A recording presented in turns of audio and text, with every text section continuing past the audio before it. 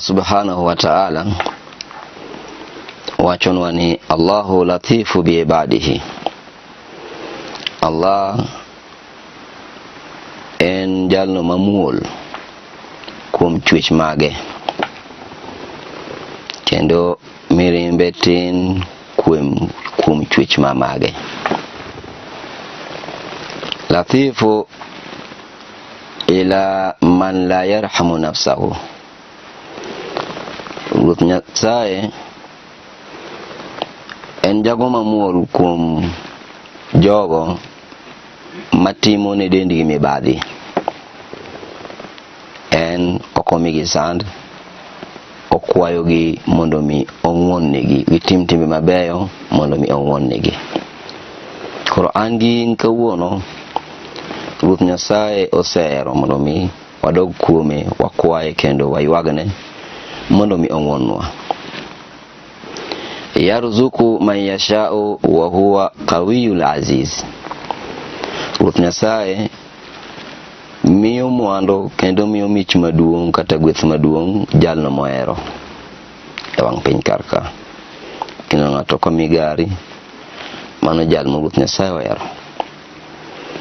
Ng'ato Nyasaye omiyo ndege, omiye gera mamare kuome.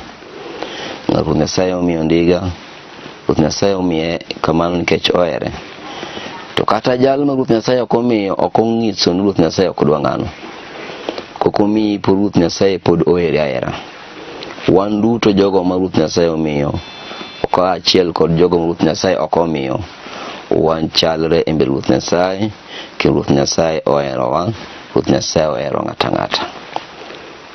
Ruoth Nyasaye ok nyal tuono ng'ato ni koro ok odwa ng'ato. Ruoth Nyasaye miyo ng'at malame kaachiel ng'at mok lame.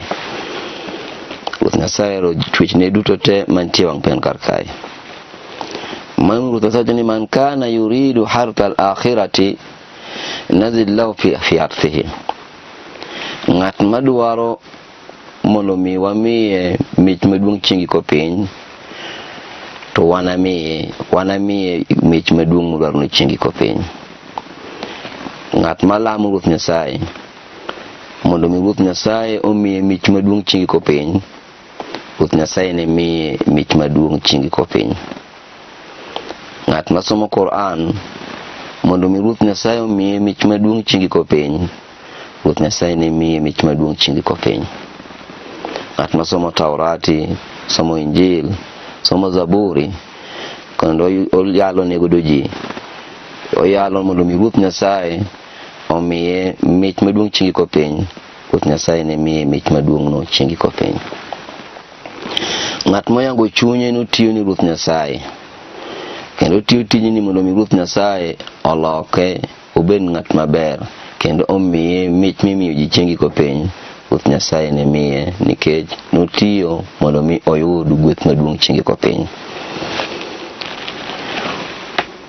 Waman kana yuridu hartha dunya nutihi minha wa ma lahu fil akhirati min nasib. To jalno mane tim gigi duto tek, ne yal, ne som Quran, ne som Injili, ne ji wang' piny karka, som Taurat, ne Zabur, no punji weche mabeyo mag Ruoth Nyasaye, lakini opuonjo mondo mi omiye sadaka e wang' piny karka, Ruoth Nyasaye ne miye ji mamiye sadaka mang'eny. Obiro yudo sadaka kaka odwaro, kendo obiro gari kaka odwaro, obiro ot maber kaka odwaro, nodage maisha maber wang' piny kaka odwaro. Wa ma lahu fil akhirati min nasib. To chieng' ko piny ok enoyudu mich mare, nikech notimo kogeno mag piny, ok notimo kogeno mag polo. Koro miyo seche mitimo timbe mabeyo e mbele Ruoth Nyasaye wang' piny karka, tim kiketo geno Ruoth Nyasaye biro miyi chieng' ko piny. Kik itim ni mondo mi joka dhano omiyi e wang' piny karkae. Kawuono mwakosa matimo ni wakwaye timo timbe kata kwayalo kata kwa wacho Ruoth Nyasaye, bang' kwasetimo kamano to wakwayo ni bol na pesa machal kama. Mano idwa ni jopiny ochuli, Ruoth Nyasaye kik chuli. Koro mi waketu gi chudo magwa kata gombo magwa mondo mi ubi kuom Ruoth Nyasaye makik bi kuom jopiny machulowa. Waher sana mondo mi chudo magwa uwuok kuom Ruoth Nyasaye, wan jogo malamo Ruoth Nyasaye wang piny kar kae. Kata kilemo, kata in ng'at malemo kawuono, japuonjore kanisa, japuonjore muskiti, ng'at mapuonjore wach ne Ruoth Nyasaye, puonjori mondo mi iyud gweth maduong' kuom Ruoth Nyasaye. Kik ipuonjori mondo mi iyud mwandu mag pinyni, kech mwandu mag pinyni gin mwandu mayafni, gin mwandu marumo, lakini mwandu mag akhera gin mwandu mutakhallida, gin mwandu manyaka chieng'. Koro mwandu manyaka chieng' ber maloyo mwandu marumo.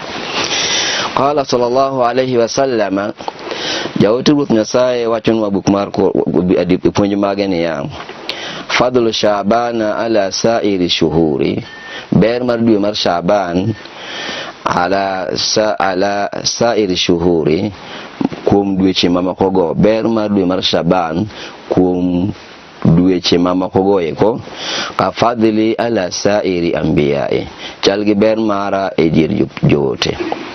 Yani ber mar Sha'ban kata gweth moyudi dwe mar Sha'ban, dwe mar aboro mar Islam, chal gi gweth moyudo kuom jaote Muhammad e kinde gi joote mamoko. Ma jaote Muhammad huwa akhiru anbiya, jaote Muhammad en jaote mogik, to joote duto tetete huwa raisuhum, ene jatend joote duto tetete. Koro miyo chal mar dwe mar Sha'ban en chal maber mar jaote Muhammad e kuom joote duto tetete. Wa fadlu Ramadan ala sayri shuhuri ka fadlillahi subhanahu wa ta'ala ala ibadihi. Be chal mar dwe mar Ramadan kuom dweche mamakogo chal mar Ruoth Nyasaye e kuom chwech mamage. Kana nabiy sallallahu alaihi wasallama yasumu Sha'bana kullahu. Jaote Muhammad kano chopo dwe mar Sha'ban notweyo dwe mar Sha'ban yote, notweyo takarruban lillahi subhanahu wa ta'ala. Notweyo otweyo koketo chunye gi geno mare kuom Ruoth Nyasaye. Omanyo mich mabeyo beyo kuom Ruoth Nyasaye e dwe mar Sha'ban yote. Wama ila dhalika, kwa dogwa ng'iyo matut ni jaote Muhammad tuyo ni duto te, to en achiel kuom jogo ma Ruoth Nyasaye nong'on ne richogi. Jaote Muhammad Ruoth Nyasaye nong'on ne richo ne tetete, to pod nolamo Ruoth Nyasaye mondo mi obed abdan shakura, obed jalno maduoko erokamano kuom Ruoth Nyasaye.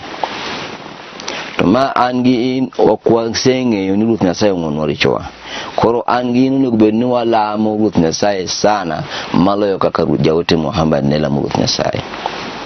Kata dweni onego bed ni watweyo sana kaka ne otweyo jaote Muhammad ne, kaka jaote Muhammad ne tweyo dwe mar Sha'ban. Wan jopuonjore mage omiwa nafas mag tweyo ndalo 15 kata ndalo goduto te kaka wahero. Le nagatanima bi an omi Sha'bana mondo mi wayudu gweth mag dwe mag Sha'ban, koro wayudu mich madongo mag Ruoth Nyasaye e dwe mar Sha'ban. Koro wadwa kama intie kawuono, tem matek mondo mi itwe e dwe mar Sha'ban kata itim timbe mabeyo mamoro chuny Ruoth Nyasaye e dwe mar Sha'ban. Wakala sallallahu alaihi wasallam, eka jaote Muhammad dog wachwani ya: atadruna lima sumiya Sha'ban. Jaote Muhammad nochung kapuonjo jopuonjore ni yani, bed ni ung'e nang'o miyo oluong dwe mar Sha'ban ni Sha'ban. Bed ni ung'eyo nang'o miyo oluong dwe mar Sha'ban ni Sha'ban. Qalu Allahu wa rasuluhu a'lam. Eka jopuonjore ni duoko gi duol mamuol kawacho ni ya, ok wang'eyo, mak mana ni Ruoth Nyasaye gi jaote mamare ema ong'eyo gimomiyo oluong dwe mar Sha'ban ni Sha'ban. Wan jopuonjore ok wang'eyo. Eka jaote Muhammad noduoko ka puonjogi ni ya, li annahu yatasha'abu fihi khairan kathira. Oluong dwe ni Sha'ban nikech mich magundho nitie e iye, mich madongo dongo yudre e iye, gweth madongo dongo yudre e dwe mar Sha'ban.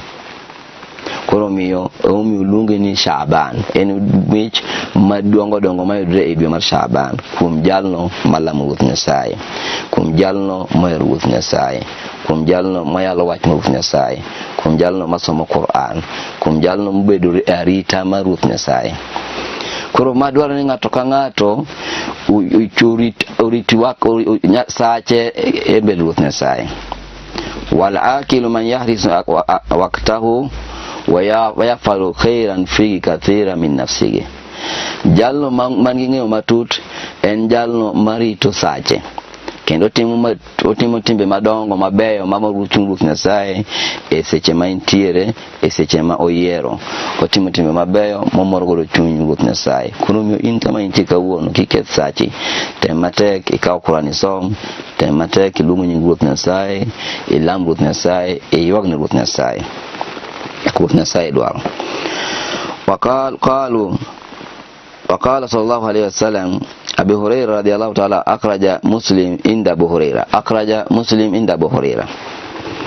Imam Muslim okelonwa puonj kuwa kuom japuonjre jaote Muhammad bin Abu Huraira.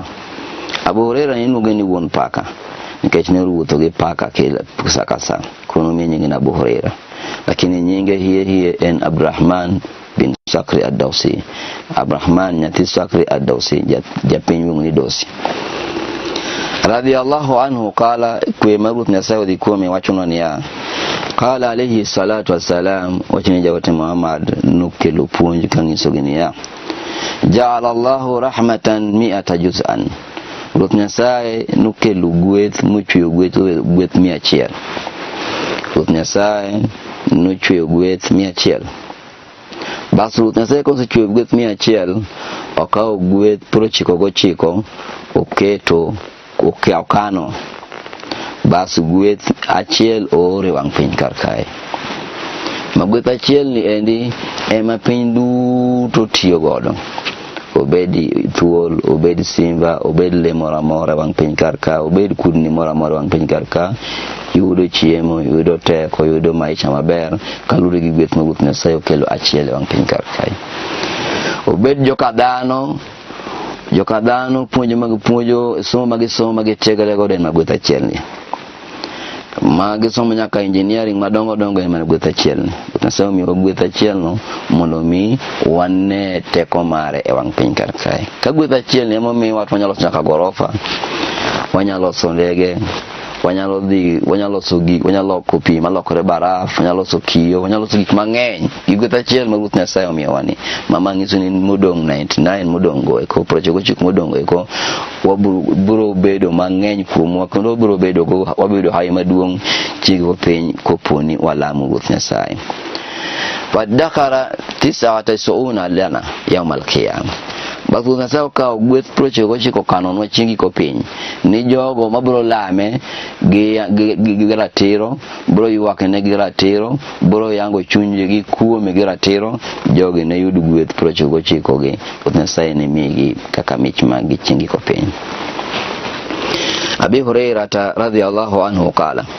Abi Huraira kwe gweth ma Ruoth Nyasaye dhi kuome wacho niya qala alayhi salatu wassalam jawote Muhammad nopuonjo puonj kawacho niya atani Jibrilu laylatun nisfu min Sha'ban. Ngiso jopuonjre niya kawuono odiochieng' mar 15 e dwe mar Sha'ban malaika Jibril nobiro ira. Malaika Jibril en malaika maduong' sana.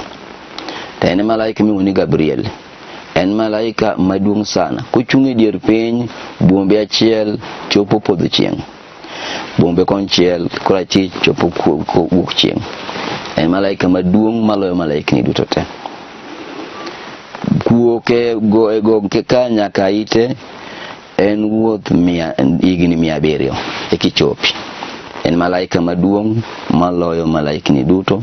Kendo ne rasulu baina Allahi wa anbiya'ihi. En jaote e kindi Ruoth Nyasaye kod joote mamage.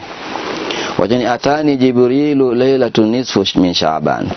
Ongisi jopuonjre ni jaote malaika Jibril nobiro na e odiochieng' mar 15, otieno mar 15 e dwe mar Sha'ban.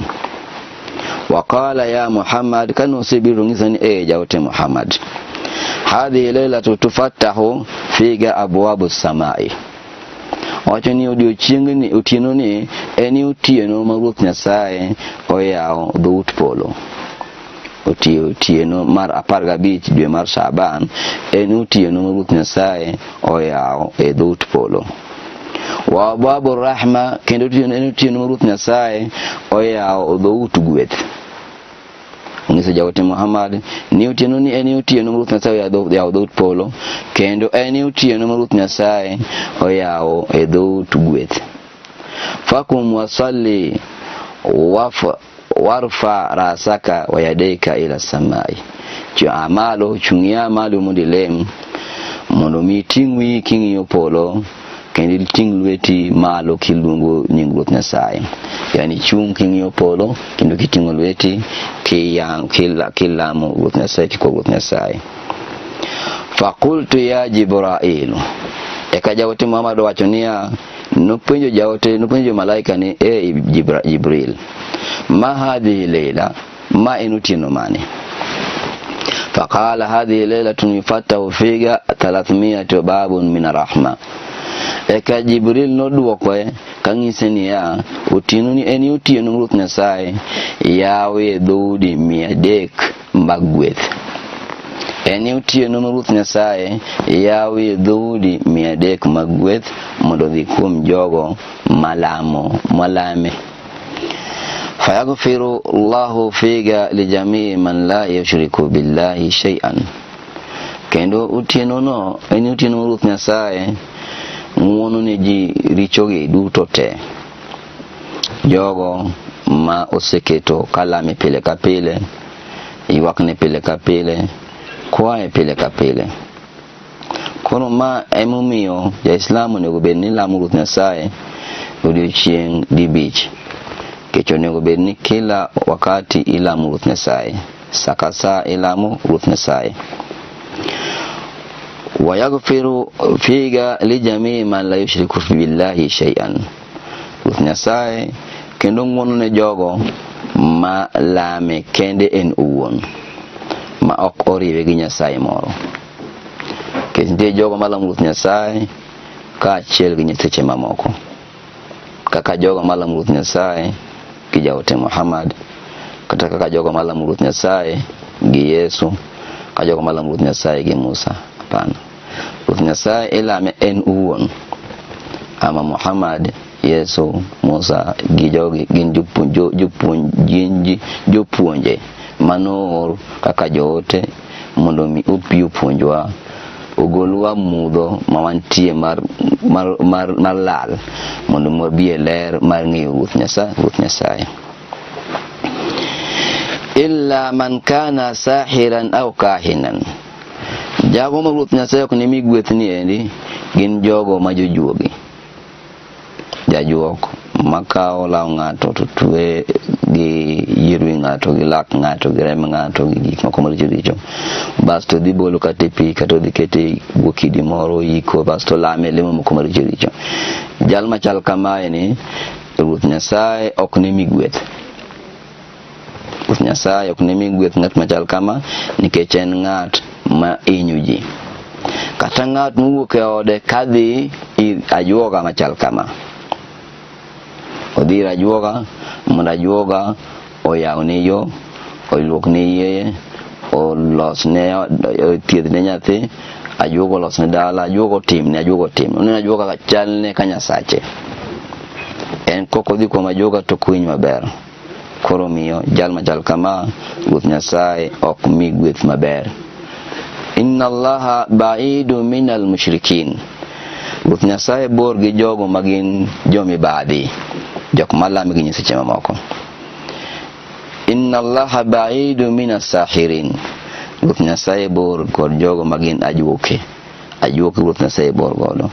Wa inna sahiruna wa kahinuna qaribu minash shaitan. Ajuoke chiegni gi jachien. Ajuoke japuonjgi maduong' en jachien. Ashabu shaitan huna fi dunia figi ashabu shaitan wa ashabu Allah subhanahu wa ta'ala. e wang piny kar kae wan gi jogi Ruoth Nyasaye malam Ruoth Nyasaye ga yanga mar lam Ruoth Nyasaye. Te wang piny kar ka wan gi joge jachien malamo jachien kendo yangre ni lamo tiun jachien matek wang piny kar ka. Magi ok gin jomoko mak man ko chakri kuom jogi achiel kuom gin ajuoke kod achiel kod jogo madhi kuom gi kak penjo gi penjo mamoko mang'eny go. Ng'at mar ariyo maken Ruoth Nyasaye ok ne ng'one richo ne chiende odiochieng' maber kama odiochieng' mar dwe mar Shaban mudminu hamra, ng'at mamadho kong'o, ng'at mamer. لأن الله سبحانه وتعالى أعطاك العقل ليكون أمانة لك. Ruoth Nyasaye omi paro mar akili mondo mi itim godo tijeni mabeyo beyo. Itim gima konyi e kit ngima mari. Koponi paro lemo ga akili mari, e paro ywak ne Ruoth Nyasaye ga akili mari, e paro tiyo tiji maber makelo mai afya maber e ngima mari, Ruoth Nyasaye ne mi mwando. Ruoth Nyasaye ne mi mich maduong' kendo mi gweth. To seche mibo paro ga kindi mikawa akili dhi madho kong'o, miketho wi makoro wi ok par motegno, ini yudo richo maduong' e mbele Ruoth Nyasaye.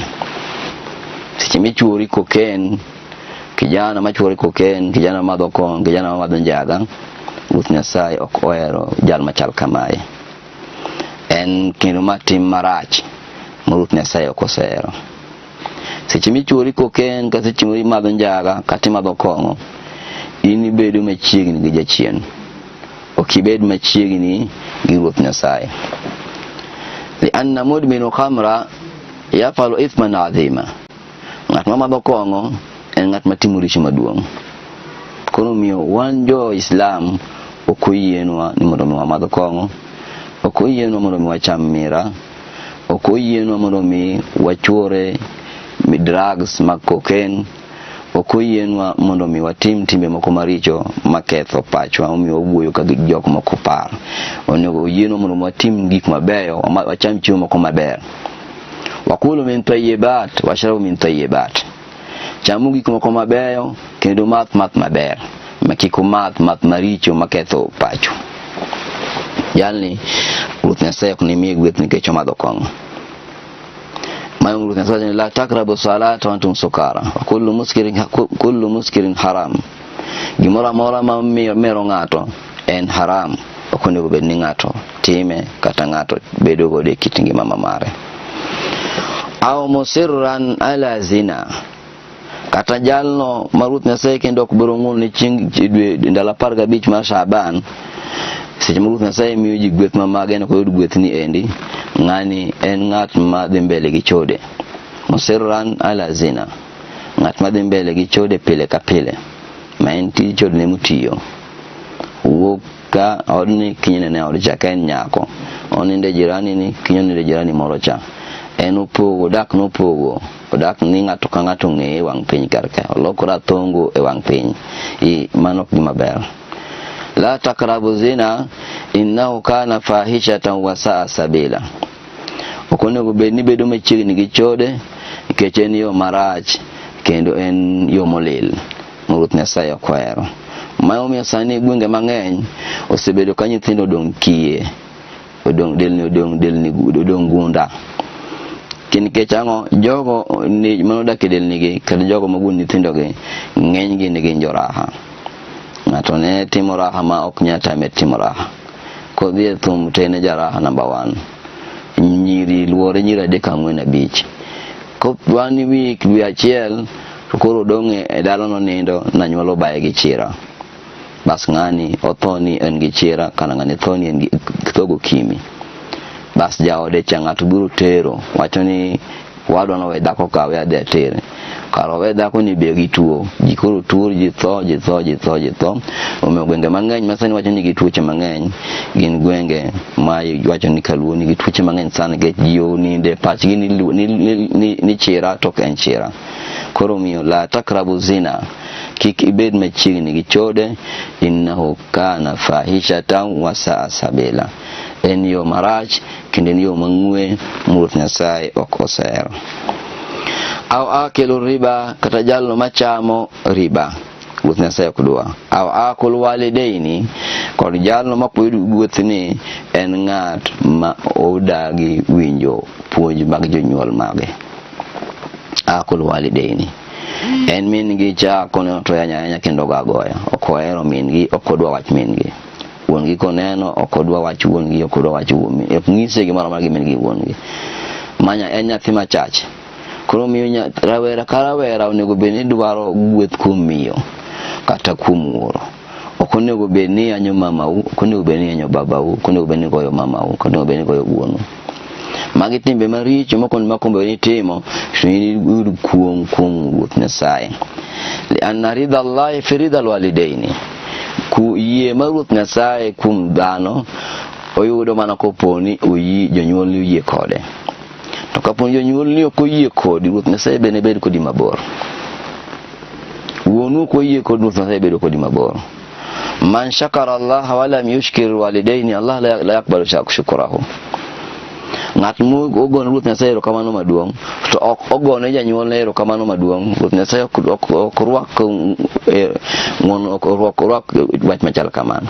Ruoth Nyasaye ok rwak erokamande no ero. En ng'at mo Ruoth Nyasaye kawo wachne wito mabor nikech ok ogone janyuol ne erokamano. Mayo mi achiel kuom jopuonjre jaote Muhammad kano bir jaote Muhammad ya Rasulullah, man ahakku bi husni sahabatihi. Kuom janyuol na ariyo gi ere monego bed natimo ne maber maloyo duto te. Jaote Muhammad ng'iso ni mamau. Dok penj bang' mano ng'a? Do wacho ni mamau. Bang' mano kendo en ng'a? Mamau. Mar adek ok wacho baba. Ok ong'iso ni baba ok ber, baba ber. Koro miyo wadwa ja-Islam kamoro mantie wang' dwe mar Shaaban tem matek mondo mi iwe richo gi duto te mondo mi Ruoth Nyasaye okati e gweth mokete jogene ma ohero. Wa ila huna, assalamu alaikum wa rahmatullahi wa barakatuh. Gwethu kum jaote Muhammad kendo wakwayo ne nerwa uwewa mpinkarka nerwa Sulaiman Ruoth Nyasaye okete kaber e kaburi mare.